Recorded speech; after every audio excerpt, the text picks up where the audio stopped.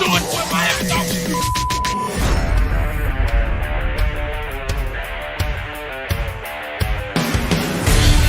The pressure, he's in trouble. Loses the football. Touchdown! Got it!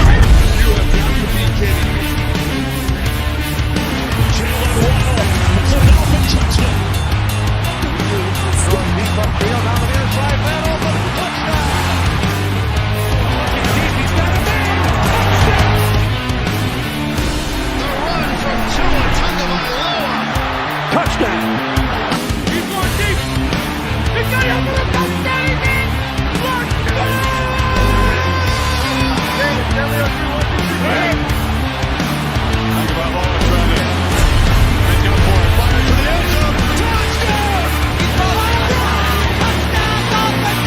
Beautiful day to be a Dolphin fan. 1, 2, 3, let's go!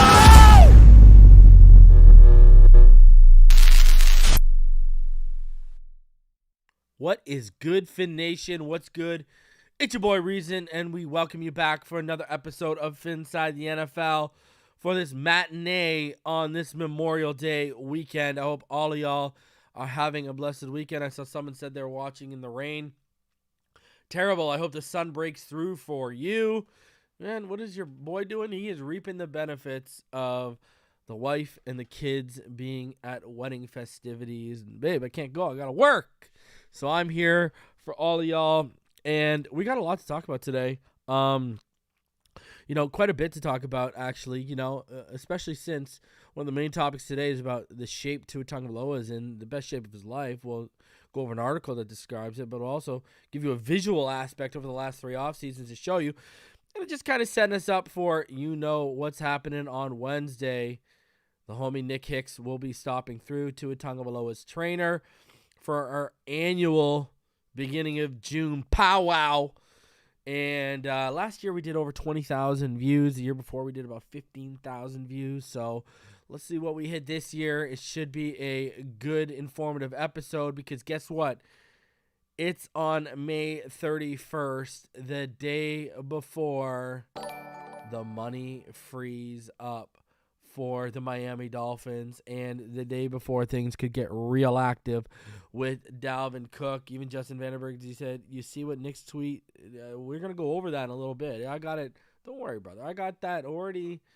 A lot of people always send me things and, hey, check this out. And, sometimes people crack through and I don't see things. But 99% of the time, I've already got it queued up, brother. Don't worry. We got it queued up. So, because we're going to go over that. Because, we're going to have them on the day before all that money frees up, and the Dalvin Cook information should get interesting. It's because that's obviously, it's never been hidden. That's been one of his. We've talked about Dalvin Cook plenty for years on this channel when we've had Nick on because, Nick's known for breeding top flight running backs. And, Dalvin's been one of his clients for years. And so is James, right? Says shout out, King Z says shout out to the OG Reason. What up, Phinside fam? What's going on, homie? If you are a Patreon, make sure you go check the Patreon and see the latest video I did. I might chop some of those up into shorts this week that get released. But we talked about things we haven't talked about on this channel this week. So go check that out. Latest episode of 3 Takes is went live, I believe late Thursday night, early Friday morning. It went live for all of y'all. So go check it out. Now, before we get into everything here, there are a few things your boy wants to talk about.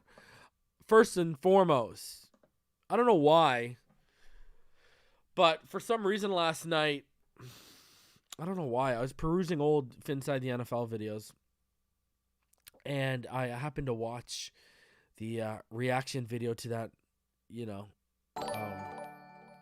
my reaction video, my chopped up reaction video to the epic comeback win over the Ravens last season. And man, you go back and you watch that, and the emotions were freaking real in that fourth quarter. My Lord, when you go and you watch that video, that's for sure. I was even feeling the emotions, and we're almost a year removed from that. And I was like, damn, what a win. And it got me to thinking, we got people in this fan base that do not that want to move off the man that orchestrated the greatest comeback in Miami Dolphins history. And I'm going to tell you why it was the greatest comeback in Miami Dolphins history. Because people are going to say the Miami Miracle. Stop. It's the Miami Miracle, not even close. You're talking about one play to a whole fourth quarter. Not even close. The Miami Miracle is not in the same realm as that comeback win against the Ravens, especially given the history, going back a few years to the Flores era when the Ravens were blowing us out, and then we, figured them out. Got a little dramatic in Flores' last year when Tua came off the bench and held the victory down against the Ravens, and, but this is why I think it's the greatest comeback. Now, it's not the biggest, but I think it's the greatest. The biggest comeback in Dolphins history. The Dolphins were down 24-0 against New England in 1974, and they came back and they won 34-27. Okay, so they're down 24 points, but they came back and they won 34-27. So that's the biggest margin of victory they've came back from. Now, this is why this is the greatest comeback of all time in Dolphins history that Tua Tagovailoa, Tyreek Hill, and Jalen Waddle and that offense orchestrated. We were down 28-7 at halftime, but we were also down 35-14 in the fourth quarter before we came back. Why does that matter? Because we became the first team since 2010 to erase a fourth quarter deficit of 21 points or more. So 12 years. Just to put that whole stat into perspective. All right? Before we won, teams had been 0-711 when trailing by 21 or more in the fourth quarter since 2010. You're talking about we were the 712th time that happened, and the 711 times prior to that, no one could do it. And we did it. And when you start putting that into perspective, that's pretty incredible. That's almost 1,000 games.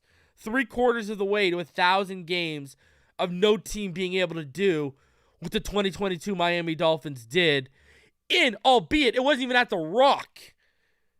It was in Baltimore, where we hadn't won in like 10 years. Oh, sorry, if I remember correctly, we hadn't won in Baltimore since MT&T Bank Stadium opened up, if I remember correctly. Shout out to Marvin Hodgson. Happy birthday. I hope you have a fantastic day, Marvin. May your year be blessed. May your day be blessed. Enjoy the cake, enjoy the presents, and enjoy the presence of your loved ones, man. Have a blessed birthday, my guy. So you look at this in the whole grand scheme of things. Think about this. Not only did we have a guy who, the first one to be in the MVP conversation since Dan Marino wore our jersey during a season, don't matter what part of the season it was, he's the first guy to do it. Because, Chad Pennington finished second in the MVP voting, but the guy didn't even throw 20 touchdowns. Okay, let's be honest here. People are going to say Chad Pennington, but I say all the time, and I'll say again, that team, Ronnie Brown is the most underrated contributor for that Wildcat team, because if it wasn't for no Ronnie Brown, there was no Wildcat. Ronnie Brown made that offense go that year. Missed me with the Chad Pennington-ish. We wouldn't have won anything with that arm he had in the playoffs. Everyone needs to stop and relax now. So, I digress. And Chad Pennington wasn't going up against Patrick Mahomes.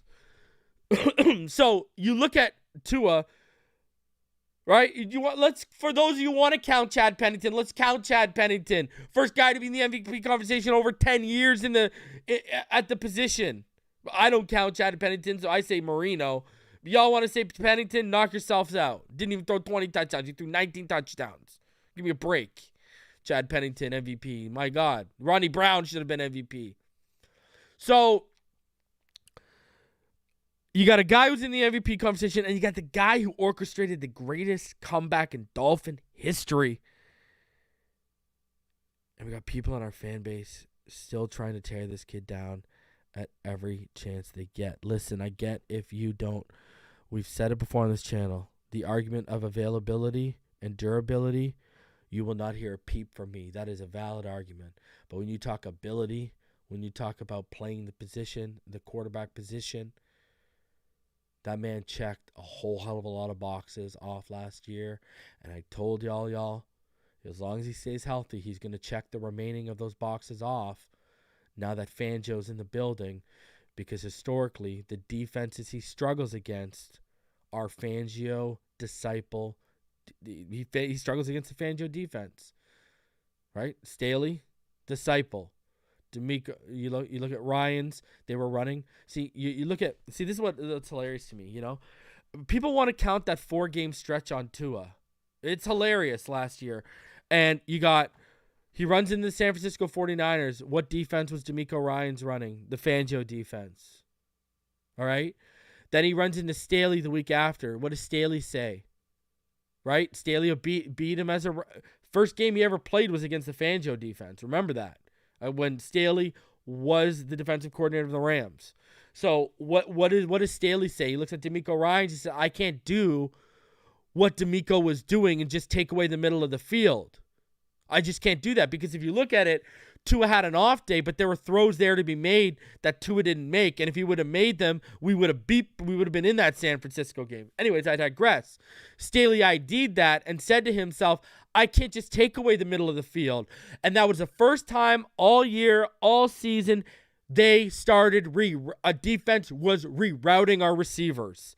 That was the first time, literally the first time all year. So he added another layer to the Fangio defense, which Tua was already struggling against. Okay? And he made the receivers struggle against it. Yeah, I'll take away the middle of the field, but I'll also reroute them so there ain't going to be no one just leaking through and you're going to have opportunities like you would have had against San Fran. So, but people don't understand football. People don't know football. They don't know the little nuances like that. They don't ID that kind of stuff. But then what happens? The Buffalo Bill game, that is not on Tua Tagovailoa. That is on Josh Boyer and the defense. And if you want to blame anyone on the offense in that Bills game, I mean, Tyreek Hill, Trent Sherfield, Tua hit them in the hands for touchdowns where if either one of them would have caught that football, we would have won that game. And then you got a defense allowing 3rd and longs to be converted before half's end. 3rd and longs get converted, and then they end up giving touchdowns on the drives where they allowed the 3rd and longs. That was the defense. Tua was damn good against the Buffalo Bills in that game. He was not the issue. Then you look at Tua in the first half against Green Bay, and you're saying to myself, between now and the Bills game, he's getting back to the MVP form after the 2 struggles against the Fangio defenses. Now he's getting back to his MVP form. Then what happens? Concussion. And it took a concussion for the new New York Jets quarterback to get on the same playing field as him. Stop right now. Stop right now. Context matters. And the context of everything is, sure, we might have went 0-4 in December, but 2 of those games were not on Tua Tagovailoa.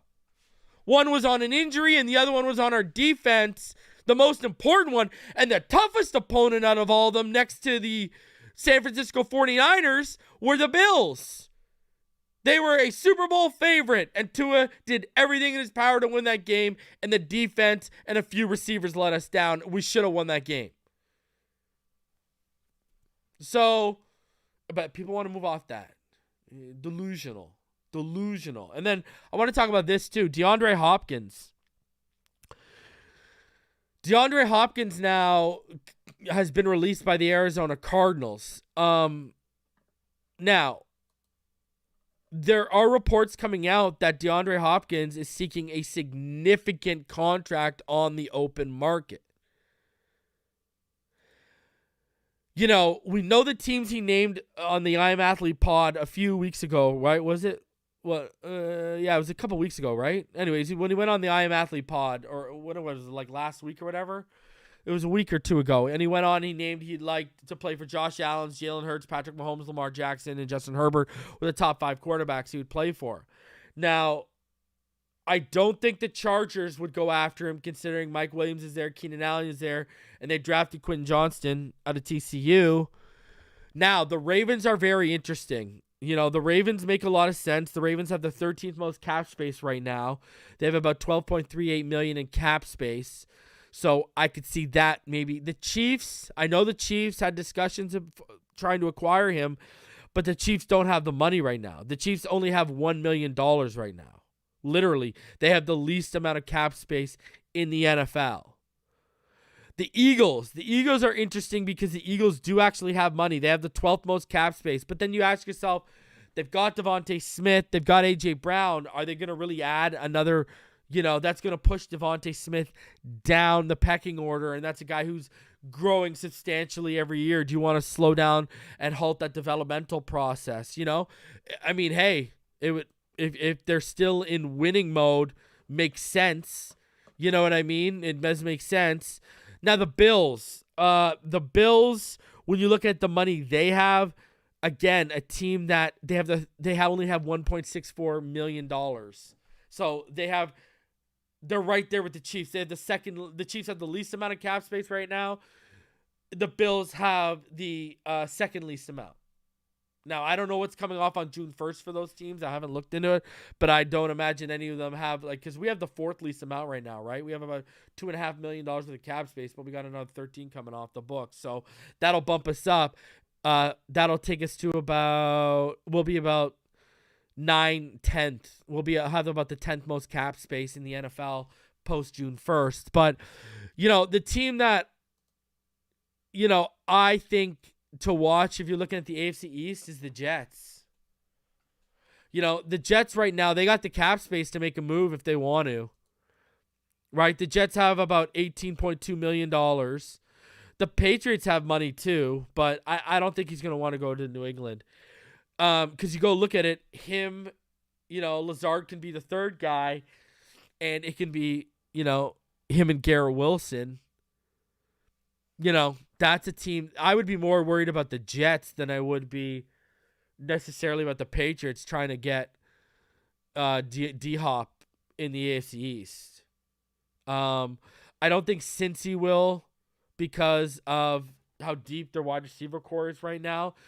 Listen, the reason I'm saying the Jets too is because that whole thing has been rebuilt, and I'm sure they just want to throw everything in the kitchen sink like we would. And, I know, Robert Thompson saying, well, Mac Jones wasn't on this list. Well, Aaron Rodgers wasn't either.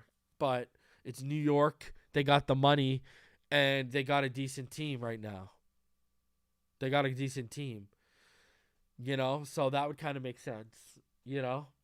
So we're going to see how the D-Hop thing goes. But the fact that this guy wants significant money, listen, he's going to be 31 next month.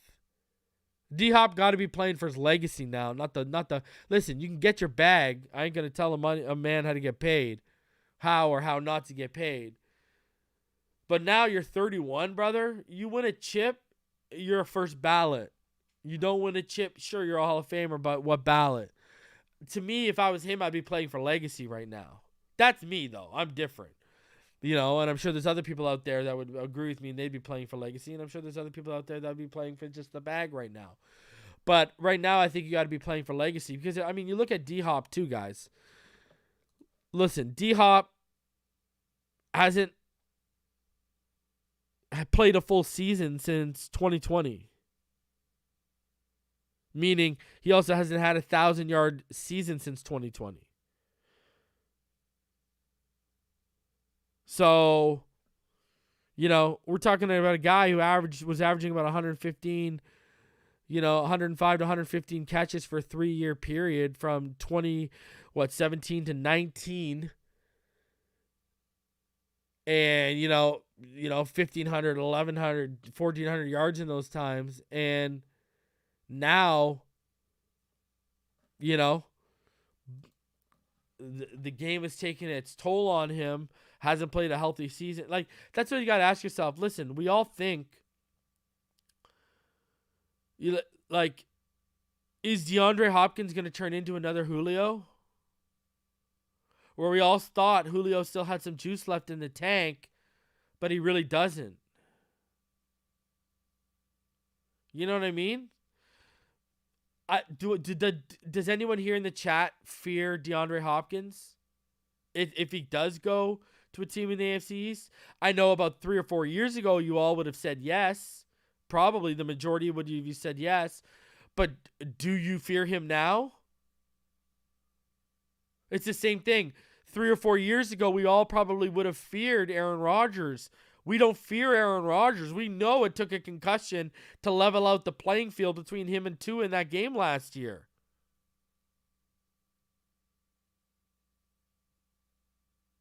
Because even if he goes to the Jets, Garrett Wilson's number one. He's got to go to the Patriots to be number one because then, he's only got to beat out DVP. So, I think it's a legitimate question to ask. Is he even going to play a healthy season? I feared Stephon Diggs more than I fear D-Hop. And I don't even fear Stephon Diggs that much. Especially with our defense. That's the reality of the situation. I mean, the only receiver I would fear really going up against is Justin Jefferson, really, probably. And even still, we went up against him last year, and, Jefferson didn't exactly dominate us. And with this defense now this year, I would fear Justin Jefferson even less than I feared him last year.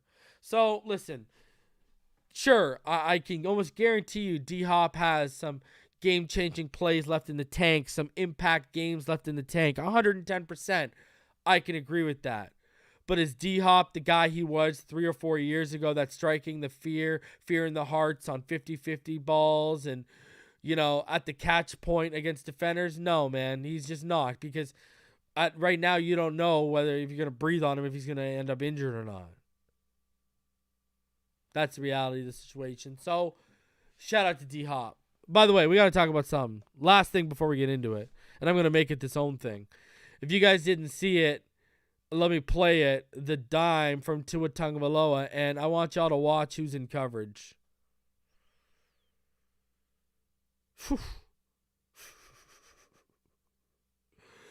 Ooh, dots and dimes from Tua Tagovailoa right here. Look at that. Can you get any more perfect? Right on the absolute money to David Davis. And who is in coverage?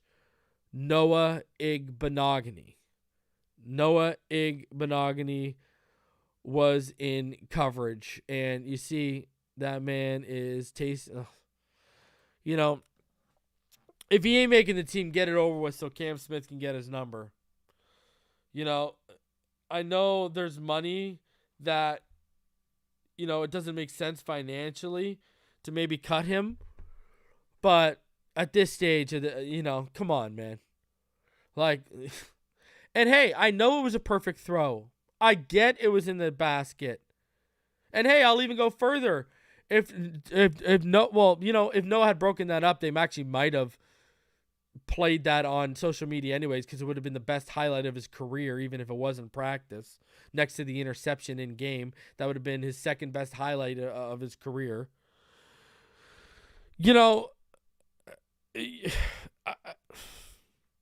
We knew this wasn't the move when it happened. I was very critical of this move when it happened. Listen, I'm a college football fan first. If I had to pick a team, everyone knows I'd pick the Gators. And I remember just watching, I talk about this all the time. I remember watching Van Jefferson just give him the absolute work. And that's why when, Devontae Smith and all these people said everything about how great he was and how tough he was, I was just like, yeah, okay. Listen, you look at how deep that cornerback room is right now, guys. And, I'm sorry. It's, I just, I look at the depth right now if everyone's healthy. Obviously Jalen X leading the way, Cater leading the way as well. You added Cam Smith. You know we want Nick Needham back. You know we want to see what Trill does.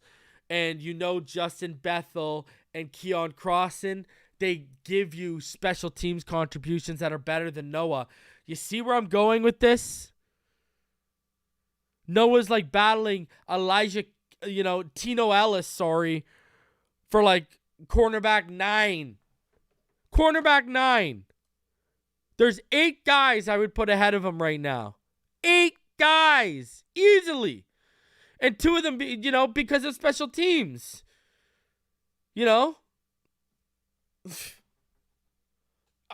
Listen. I get it's not a popular thing to eat dead cap, but what the hell is the use? Listen, is anyone here going to cut a guy like Justin Bethel for him? Even though Justin Bethel's mainly a special teamer? No.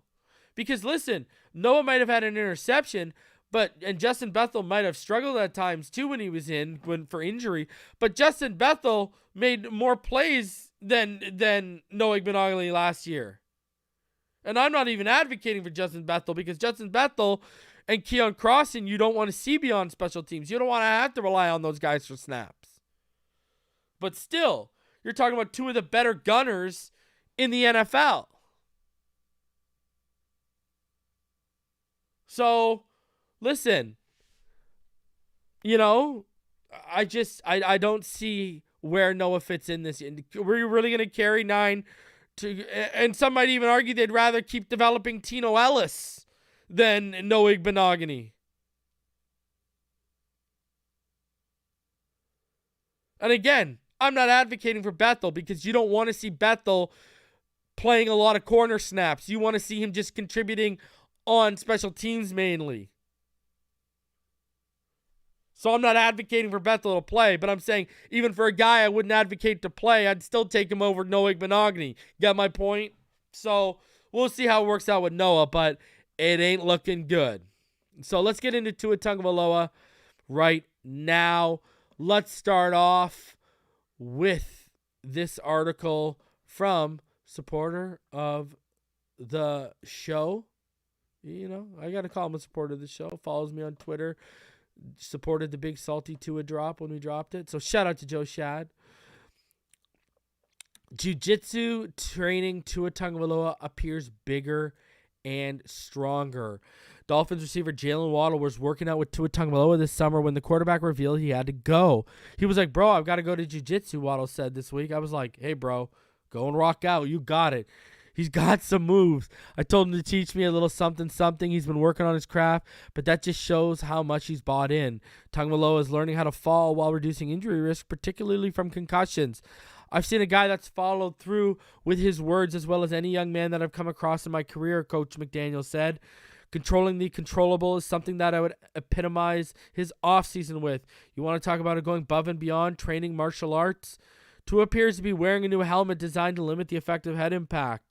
Tua appeared to be accurate and confident in his spring practice open to the media. And yes, Tua appears bulked up. You see what Brett Coleman said. Tua looks heavier than 215 now, and I mean that in a good way. Tua appears bigger and stronger, and no, there is no reason to panic about this. Tua intentionally bulked up and strengthened his neck, and it looks like his legs and chest too. No quarterback can avoid being hit, but Tua is going to do everything he can to avoid being sidelined, like he was in 2022 and in other seasons as well. The work that he's done this offseason, it was so obviously beneficial that we've incorporated it into some of our drill work that we'll do with the quarterbacks too. McDaniel said, I think it was Teddy Bridgewater made this point to me last year as quarterbacks. You go September starts and then you get tackled. And then when you get tackled for 6 months and then you don't get again until September. So how can we train quarterbacks to stay healthy? Tua is listed at 6'1", 217, and perhaps he'll carry a few more pounds this season. To his personal trainer, Nick Hicks, who will be on Phinside The NFL this Wednesday, everyone, says Tua is jacked and currently 225 pounds. Oh, my Lord. Again, Nick Hicks is going to be on this, he's going to be on this Wednesday at about 8 p.m., so be on the lookout. More important than scrambling would be carrying a frame that holds up to the rigors of tackle football. There's been a lot of areas of focus to us at this offseason. Obviously, strength work has been big throughout this offseason for me, with getting my legs under me, kind of building my upper body, building around my neck, my core. All that has been taken into consideration. I've been doing a lot more to help myself sustain the season. Waddle believes Tua and the offense are about to take a giant leap forward in year 2 of the system. Tua's been great. Waddle said, y'all are going to see it. Tua and McDaniel and Waddle and everyone are hoping the jiu-jitsu training will help keep Tua on the field. What does the training look like? I mean, come up here, McDaniel joked with the reporter. Just picture this, McDaniel said. It's a lot of strategic falling that is patterned after things that happened to our quarterbacks during the season. So kind of recreating those things because the master of jiu-jitsu had to study some game tape to understand how he was falling, where the impact points were, and what we could do to help him correct that. By and large, you find out the core strength is very much important when you're talking about the transfer and energy of human body going to the ground, and different things that you can do to minimize that are strategic, but then strengthening of the core so that when you're going to the ground, the top of your torso isn't just a leverage whipping device. Does McDaniel envision handing out white belts to quarterbacks who participate in this training? No, black belts, he said.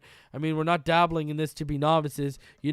We're just trying to own it. So a couple things to take away here. We talk about this all the time.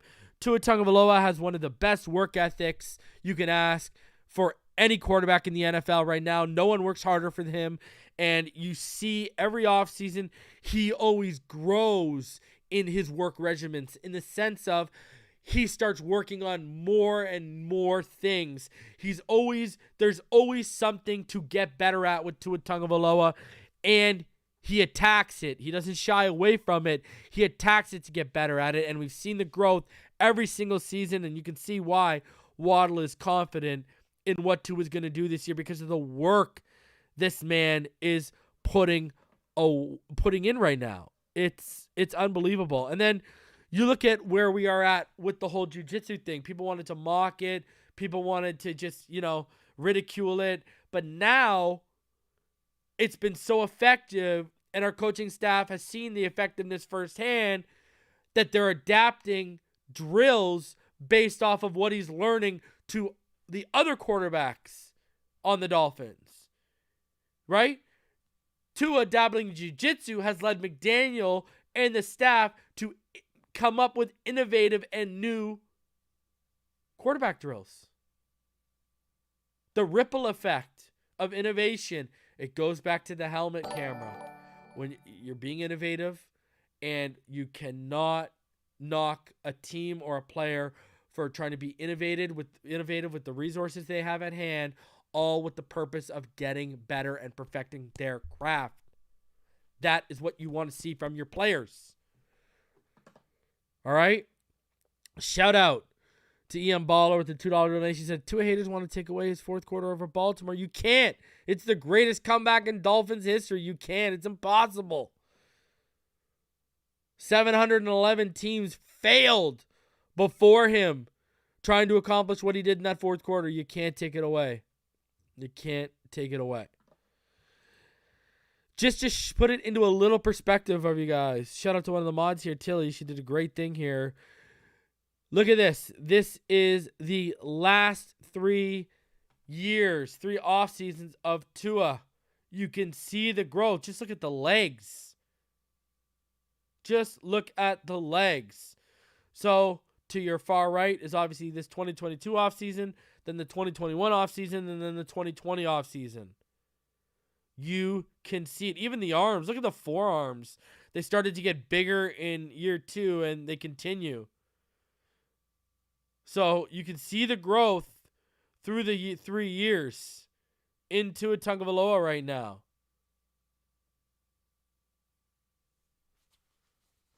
You can see the work he's putting in. His upper body even look how much bigger his upper body is than last year. So, man, you cannot knock a man who's getting into the best football shape of his life. Because you know why? Us as fans, ladies and gentlemen, we are going to be the ones that reap the benefits of it when we watch the Miami Dolphins this year, and I can't wait. September cannot get here fast enough, I'm telling you. Let's go. Let's go. So, Tua, about 225, ripped, Man, hey, don't worry. We're going to find out exactly how much body fat we're dealing with, too, when we have Nick Hicks on this Wednesday.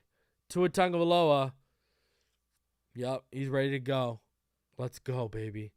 This, man, this, never mind a movie. This year is about to be a cinematic freaking masterpiece. Let's go, baby.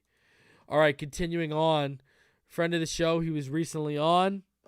Does great work over at the Miami Herald. Daniel Oifusi came out with, how can the Dolphins build off 2022, finding that groove again and these fixes? Shout out to 1017 Man. He said, so far Tua has added to his offseason workout regimen on a year-to-year basis, only getting better. Exactly, 1017 Man. And you got to respect the work ethic. It's what we've been wanting at that position for so long.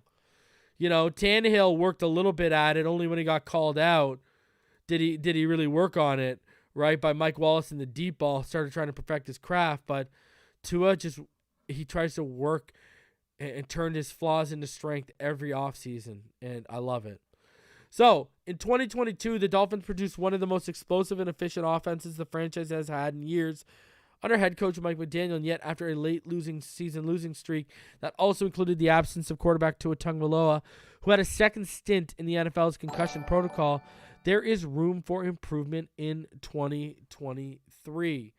On Tuesday, before Miami's open OTA practice, McDaniel acknowledged the team had substantial growth in 2022. Miami improved from 22nd to 11th in points scored and 29th to 3rd in yards per play.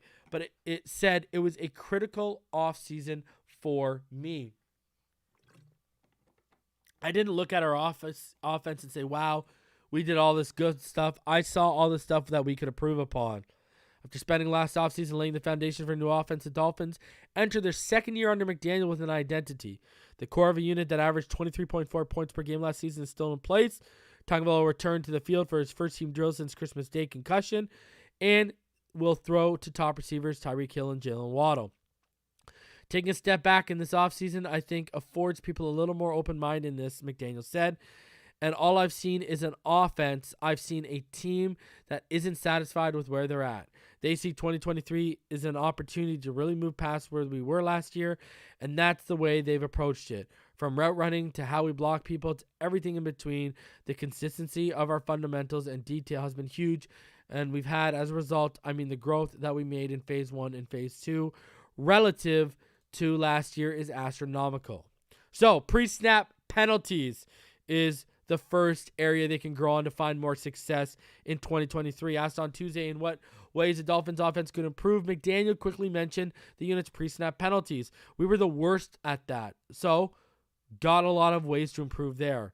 The Dolphins' 118 penalties in 2022 were tied with the Arizona Cardinals for the most in the NFL, and many consisted of pre-snap infractions. Miami had 8 delay of game penalties, tied with 16 for second most in the league, according to NFLpenalties.com. The Dolphins' 3 legal shift penalties were tied with Cardinals for most in the league. They're also one of 5 teams to be penalized for illegal motion and twice flagged for illegal formation. And the team's 22 false start infractions were tied for 9th. The Dolphins' struggles with pre-snap operation were the most problematic in their season-ending loss to the Bills in the wild card round, with the rookie Skylar Thompson starting. Miami burned all 3 of its second half timeouts with 4:13 remaining and couldn't prevent a delay of game penalty before an unsuccessful 4th down try on the final possession. Throughout the season, McDaniel and the starting quarterbacks accepted the blame for alignment issues and not snapping the ball in a timely fashion. With a bevy of formations and a high rate of pre-snap motion, such issues can arise at times, but it would nonetheless need to be cleaned up. A full year's knowledge of the offense should, in theory, result in fewer pre-snap penalties. I agree 110%. Run success, and this is a big one we know too. McDaniel has publicly and privately spoken about how he wished he called more run plays last season. The Dolphins were tied for 18th in yards per attempt, but McDaniel said he could have had a more consistent effort to prioritize running. Miami ranked 12th in pass attempts, but 31st in run attempts, despite Raheem Mostert and Jeff Wilson both averaging at least 4.7 yards per attempt. The Dolphins aren't going to philosophically change who they are, and while McDaniel might want to run the ball more, he has made sure not to speak in absolutes on reaching a target number. You just try to have things work and not turn the ball over. And then the game progresses in whatever the way it wants to progress after that. But better balance is needed, especially as defenses focus efforts. They're going to focus their efforts to contain Hill and Waddle, just as important as efficiency and more so in high leverage situations. The Dolphins ranked last in third and short situations with 45% conversion rate, and were even worse when attempting runs at 44%. Listen, this is why I can understand why people are making the argument of Dalvin Cook, because if you bring him in, he's almost going to force McDaniel to pay more attention to the run game more, right? So, because we need to find that balance. You look at when Tua was even most successful at Alabama, it was when they were running a supremely balanced offense with Najee Harris.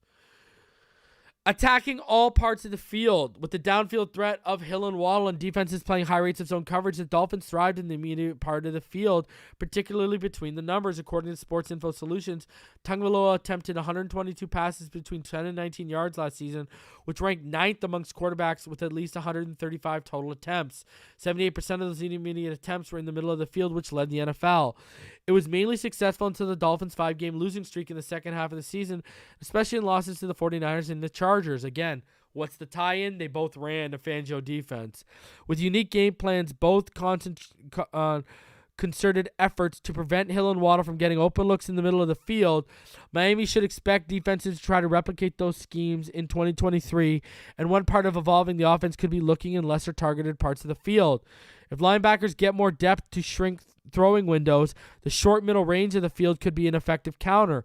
170 of Tagovailoa's attempt came within 9 yards of the line of scrimmage. This is where I think Braxton Berrios can eat, where what Daniel's talking about right now. That's where I think Braxton can eat, on those drags and on those little short slants over the middle there.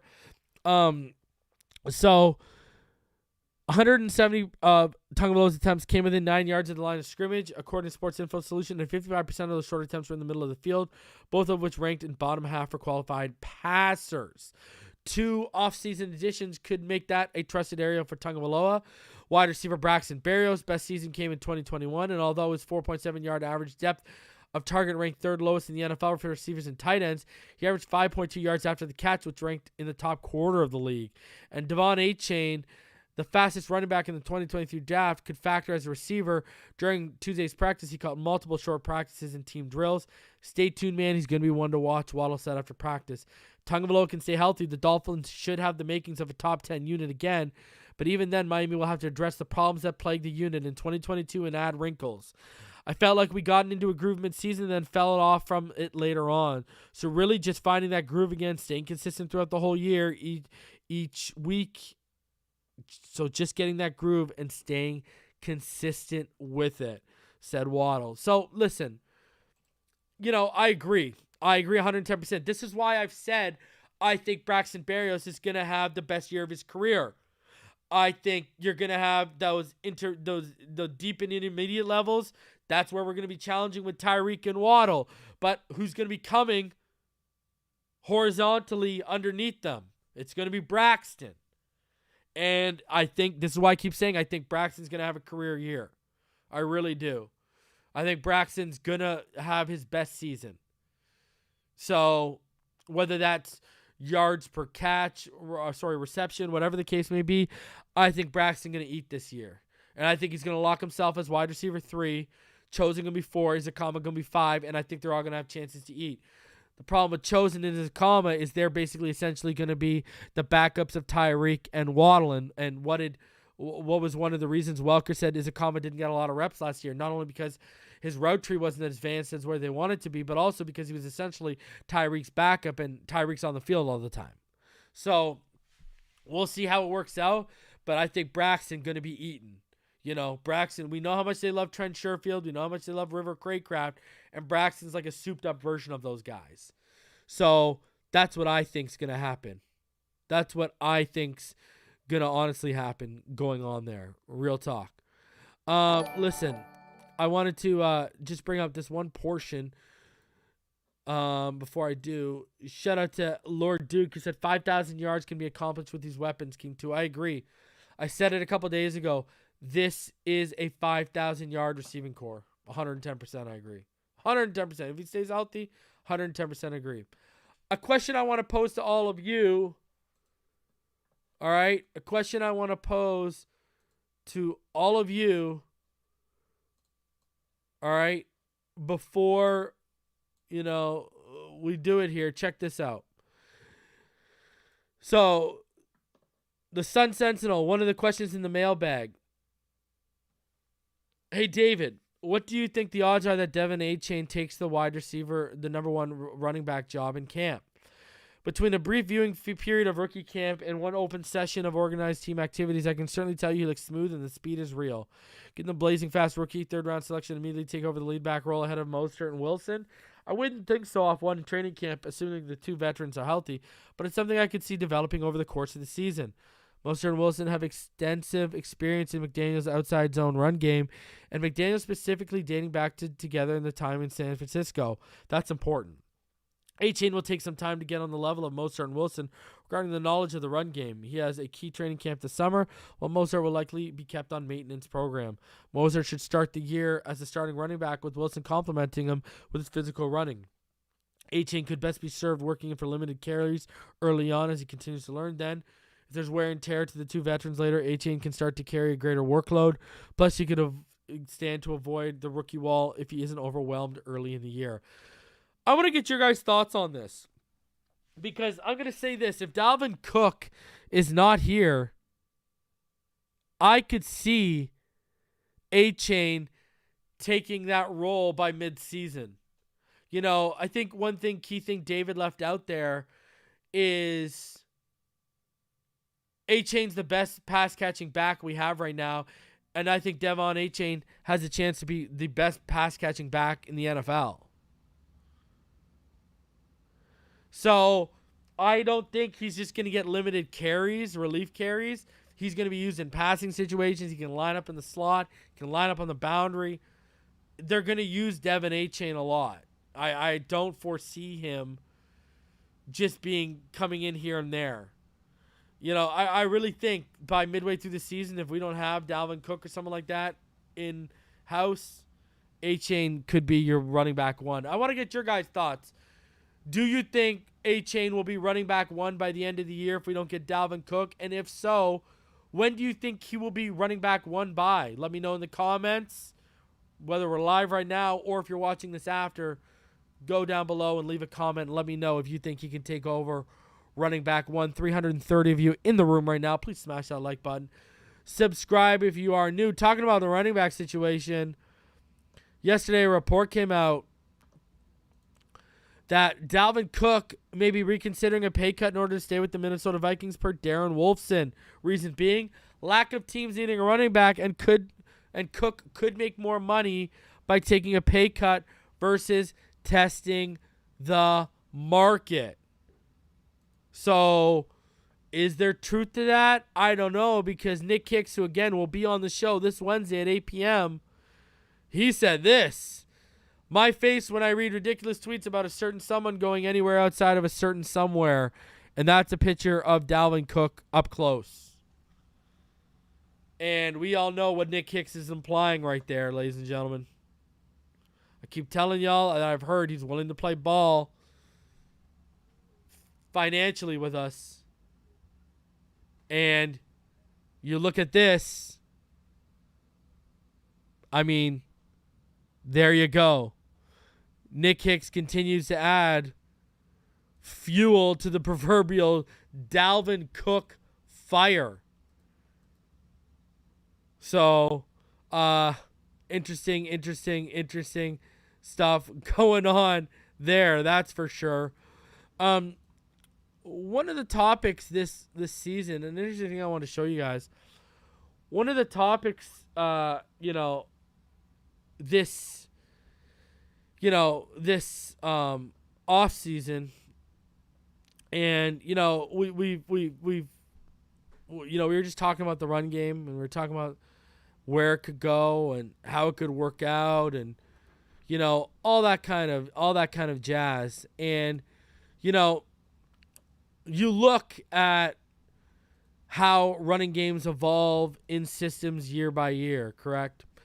And, historically, McDaniel, he has witnessed pretty big leaps in year 2 in running games. How much so? I want you guys to check this one out because it might blow you away if you haven't seen it yet, okay? Check this one out, guys.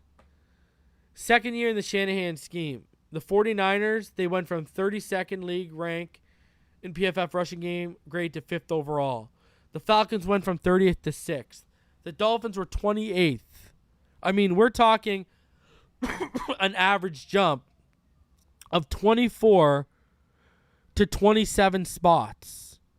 So that means the Dolphins would jump between 1st to 4th based on the Falcons and the 49ers in year 2. We've been talking about this run game, how it could take, and how we could be more successful in year 2 and the balance they need to find. It's very interesting to see what the second year in the Shanahan scheme, what the Dolphins are going to end up being here. Talking about Achane, talking about everything, and Dalvin Cook and everything here. These are teams that have historically, lately, the Shanahan scheme has brought in bottom of the barrel rushing teams into the top 10, hovering around the top 5. So, going to be very interesting to keep our eyes and to see how that goes. And finally here, guys, the Ross Tucker of the 33rd team, he ranked all the coaches, which team's coaches reign supreme. His best coach right now is Andy Reid. I would agree with Bill Belichick getting way too much respect for a guy that hasn't made the playoffs in a couple years. See, again, the whole for a what have you done for me lately league, I hate how a lot of these articles and these people cling on to things that happened so many years ago. But Belichick is number 2. Tomlin is number 3. Peyton is number 4. Look at Peyton. Peyton hasn't even done anything with Denver, and they're automatically putting him at 4. Look at Nick Sirianni. He just went to the Super Bowl and dropped down to 5 over a guy that hasn't been in the playoffs in a couple years. Tomlin I can get with because Tomlin keeps doing good things. But, Peyton, unbelievable. So Shanahan at 6. Again, disrespectful. McVay at 7. Dabble at 8. Carroll at 9. Peterson at 10. Harbaugh at 11, Zach Taylor at 12, Vrabel at 13, and there you go. Mike McDaniel, they have ranked him as the 14th best head coach in the NFL right now. They says it's a small one-year sample size, but McDaniel had Tua Tagovailoa playing at a darn near MVP level and almost won a road playoff game against the Bills with rookie Skylar Thompson under center, which is wild.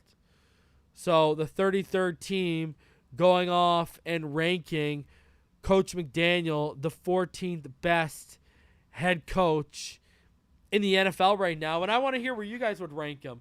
Is he a top 10 coach already? I think he is, considering what he did with Tua Tagovailoa when everyone thought he was dead in the water and the Dolphins needed to move off of him and people were using the bust word with Tua. You got to ask yourself, where does Mike McDaniel... Now, he does have flaws, which, hey, I could go with top 15. If someone said top 15, I wouldn't argue either because the flaws with getting the plays in time, the clock management, they were evident too, right? But those were rookie mistakes that we hope are taken care of in year 2, his sophomore year. We hope so. We need them to be. Over 335 of you in the room right now. Please do me the favor. Smash the like button. Subscribe if you are new. We are on our way to 12K. Let's go. Let's keep it rolling. Please smash the like button. Does me a huge service. I appreciate all of you for coming through on this Saturday. I know y'all are hyped. The Panthers already advanced, but you got the Heat tonight at home looking to close it out. Huge game. Huge game for the Miami Heat.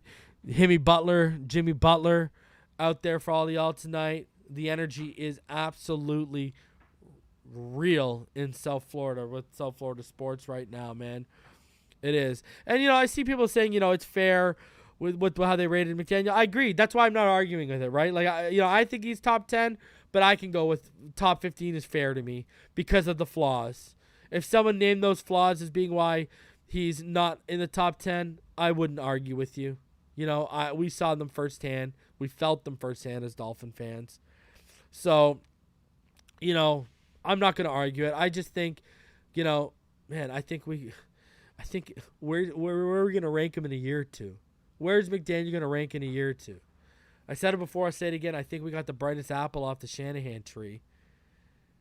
And I agree with what Aaron Berg said. Look at the culture he's brought here. That's a reason why I have him as a top 10, Aaron. The culture shift he's had here, the buy-in from all the players who were here before him, superstars that were on this team here before him, and superstars he brought in. The buy-in, it's real, man. It's real, and you see how supportive the Dolphins are of other South Florida teams and stuff too. The Dolphins are a culture everyone wants to be a part of right now. It's awesome, man, and and let's be honest. Sure, he had a good roster when he got here, but he has turned this good roster into one of the best rosters in the NFL in only 2 years. And we have made a lot of moves that the previous regime, Flores and such, they would not have approved of and they would not have okayed.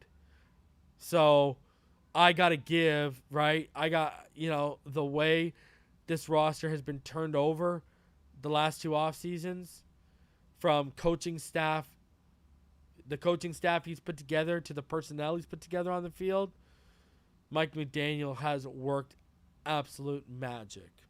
All right, here's the deal, guys. I'm going to be back on Monday for all of y'all. And Tuesday, they'll be back at OTAs. And on Wednesday, there'll be another day of OTAs. But I will also be live with Nick Hicks. It's going to be a good one. We're going to be breaking it all down for all y'all. We're going to go in depth about Tua Tagovailoa and all that good stuff. Talk some Dalvin Cook, all that kind of jazz. So you're not going to miss that. 8 o'clock on Wednesday night, Nick Hicks, Tua Tagovailoa's trainer, will be here. So be on the lookout for that. Guys, please smash the like button on the way out. I appreciate each and every one of you. Go Heat. Enjoy a win tonight. Have a blessed and amazing Memorial Day weekend. And I will see all y'all on Monday. Love each and every one of y'all. Fins up, baby. Have a fantastic, fantastic day and evening, everyone.